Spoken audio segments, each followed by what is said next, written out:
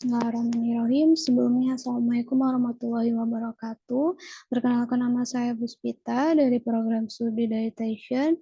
Di sini saya akan memaparkan dari hasil tugas yang sudah saya kerjakan yang berjudul A Comparison of a Ketogenic Diet with a Low Nutrigenetic Diet over 6 months for weight loss and 18-month follow-up.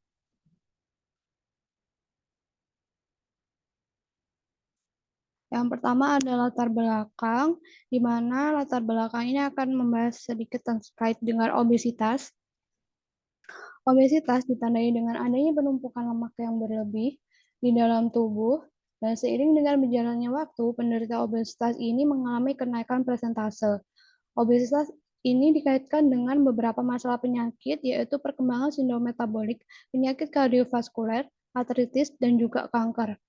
Penelitian menunjukkan bahwa terdapat peningkatan kepatuhan diet dan status kesehatan kepada penderita obesitas yang dilakukan diet secara personal menggunakan informasi genetik. Ini salah satu bentuk pencegahan dan juga terapi diet yang akan diberikan dan cukup berpengaruh untuk penderita obesitas.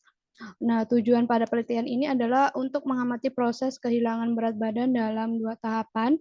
Tahap pertama ini dilakukan intervensi diet selama 24 minggu dengan membandingkan 2 diet, yaitu diet ketogenik jangka panjang dan diet rendah nutrigenetik. Yang kedua, tahap kedua ini berlangsung selama 18 bulan dengan pemanfaatan pedoman standar untuk kelompok ketogenik dan pedoman standar yang dimodifikasi atau nutrigenetik untuk kelompok rendah nutrigenetik. Untuk metodenya, jumlah subjek pada penelitian ini adalah 114 subjek. Kriteria pada penelitian ini yaitu berusia 24 sampai 56 tahun, keturunan Rumania, dan status sosial ekonomi yang sama. Subjek melakukan pendaftaran klinik di manajemen berat badan, lalu memilih untuk diet yang akan dilakukan. Hasil dari pemilihan diet yaitu 53 subjek memilih diet ketogenik dan 61 subjek memilih rencana diet rendah nutrigenetik. Subjek pada kelompok diet rendah nutrigenetik ini akan menjalani tes DNA untuk 28 nukleotida tunggal polimorfisme. Lalu kedua diet ini akan diikuti selama 24 minggu dan mengandung sekitar 1.600 kilokalori per harinya. Setelah masa studi 24 minggu, subjek akan dipantau selama 18 bulan tambahan. Pada kelompok kategorik akan mengikuti pedoman gizi dan olahraga yang berbasis populasi, sedangkan pada kelompok rendah nutrigenetik akan sedikit modifikasi berdasarkan hasil genetik setiap responden. Selain modifikasi pada program diet dan olahraga, standar responden pada kedua kelompok ini akan diberikan perlakuan dengan cara yang sama. Untuk kelompok diet rendah nutrigenetik menjalankan diet individual berdasarkan hasil genetikanya, semua subjek disarankan untuk fokus pada karbohidrat kompleks, terutama gandum utuh, buah, dan sayur. Pada diet rendah nutrigenetik terdapat modifikasi beberapa zat gizi makro untuk individual dengan alel penghapus GSTMI1 atau GSTT1 akan direkomendasikan untuk meningkatkan asupan sayuran bervariasi, dan alel C untuk CYP1A2 ini direkomendasikan untuk membatasi asupan kafein hingga kurang dari 200 mg per hari. Lalu untuk kedua kelompok ini akan diberikan latihan umum dan berolahraga selama 30-45 menit per hari selama 5 hari per minggu. Kelompok rendah nutrigenetik diberikan tambahan olahraga berdasarkan SNP, ACE, ADRB2, ADRB3, FTO, PPARG, dan TCV7L2.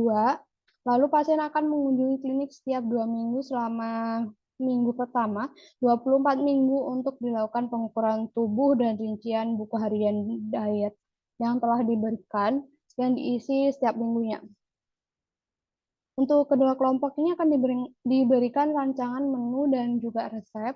Dalam masa tindak lanjut selama 18 bulan akan dipresentasikan di klinik setiap 6 bulan sekali untuk mengukur tubuh lebih lanjut, pengukuran darah, buku harian diet, dan penilaian latihan fisik. Lalu juga akan dilakukan uji asupan makanan makronutrien.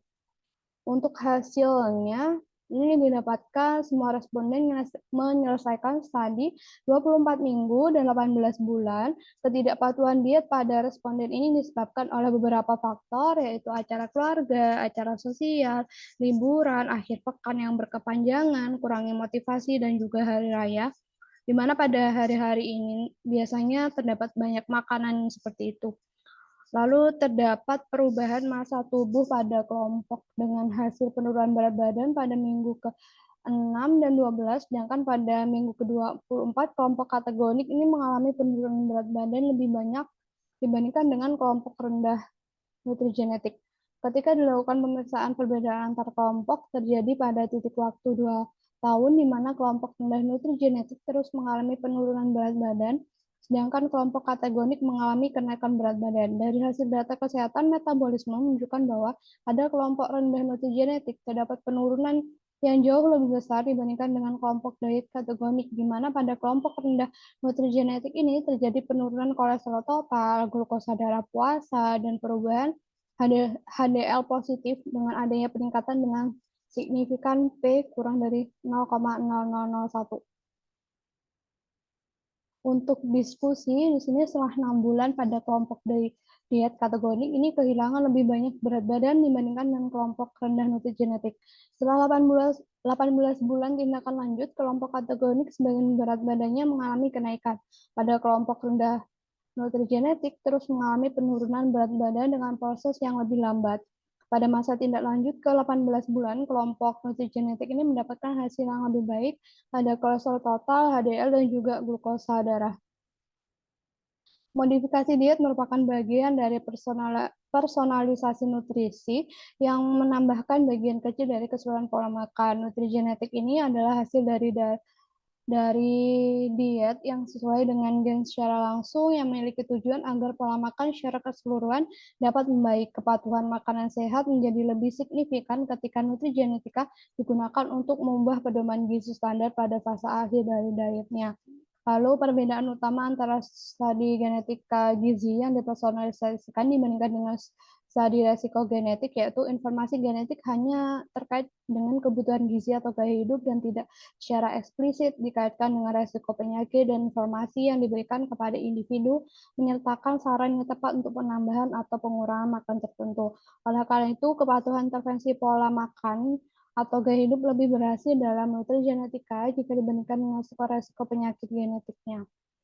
Penting untuk mengetahui beberapa keterbatasan pada penelitian ini. Yang pertama yaitu ada mekanisme yang mendasari peningkatan dan penurunan berat badan. Peningkatan kesehatan pada kelompok rendah nutrigenetik masih belum jelas. Hal ini disebabkan oleh kepatuhan pola makan atau mekanisme faktor biologis yang tidak diuji.